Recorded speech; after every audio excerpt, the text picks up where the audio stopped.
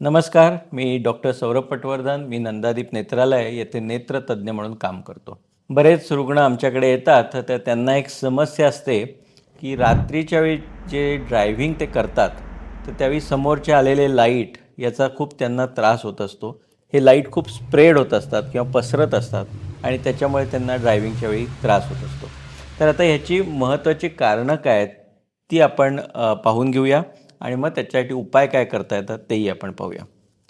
सगळ्यात महत्त्वाचं की जर तुम्हाला असा त्रास होत असेल तर त्वरित डोळ्याची तपासणी पूर्ण करून घ्या. ओके. कारण ह्याच्यामध्ये काही जे ह्याचे त्रास होत असतात त्याला एकतर उपाय उपलब्ध आहेत आणि ते वेळीच करणं हे फार महत्त्वाचं आहे. ओके. पहिला सगळ्यात महत्त्वाचं आहे म्हणजे कारण जे ह्याच्या मागे असतं ते म्हणजे जर तुम्हाला चष्म्याचा नंबर आहे किंवा असेल तर तो बदललेला असू शकतो आणि याच्यामुळे सुद्धा लाईट आपला डोळ्यासमोर पसरू शकतो. जर आत्तापर्यंत तुम्ही कधीच चष्मा वापरत नसाल तरीसुद्धा काही वेळा या अलीकडच्या काळात तुम्हाला चष्म्याचा नंबर आलेला असू शकतो आणि त्यामुळे तुम्हाला हा त्रास होण्याची शक्यता असते. दुसरं कारण आहे, जर तुम्ही चष्मा ऑलरेडी वापरत असाल तर चष्म्याला जर स्क्रॅचेस असतील, चष्मा खराब झाला असेल तर याच्यामुळे सुद्धा डोळ्यापुढे आलेला लाईट हा पसरतो आणि तुम्हाला त्रास होऊ शकतो.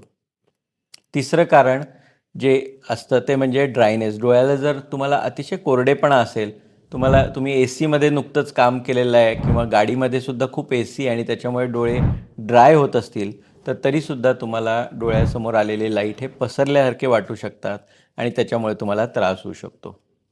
चौथं कारण म्हणजे आपल्या जर डोळ्याच्या लेन्समध्ये काही बदल चालू झाले असतील, यालाच आपण मोतीबिंदूचे सुरुवातीचे बदलसुद्धा म्हणू शकतो, तर ह्याच्यामुळे सुद्धा हे लाईट स्प्रेड होण्याचं किंवा पसरण्याचं प्रमाण हे वाढत असतं. पाचवं जे कारण असतं ते काही लोकांना डोळ्यामध्ये काचबिंदूचा त्रास चालू झालेला असू शकतो.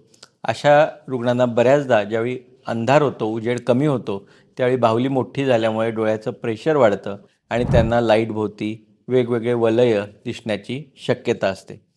तर त्यामुळे तुम्हाला जर अशा प्रकारचा त्रास होत असेल तर जरूर तुम्ही व्यवस्थित नेत्रतज्ञाकडे जाऊन चेकअप करून घ्या.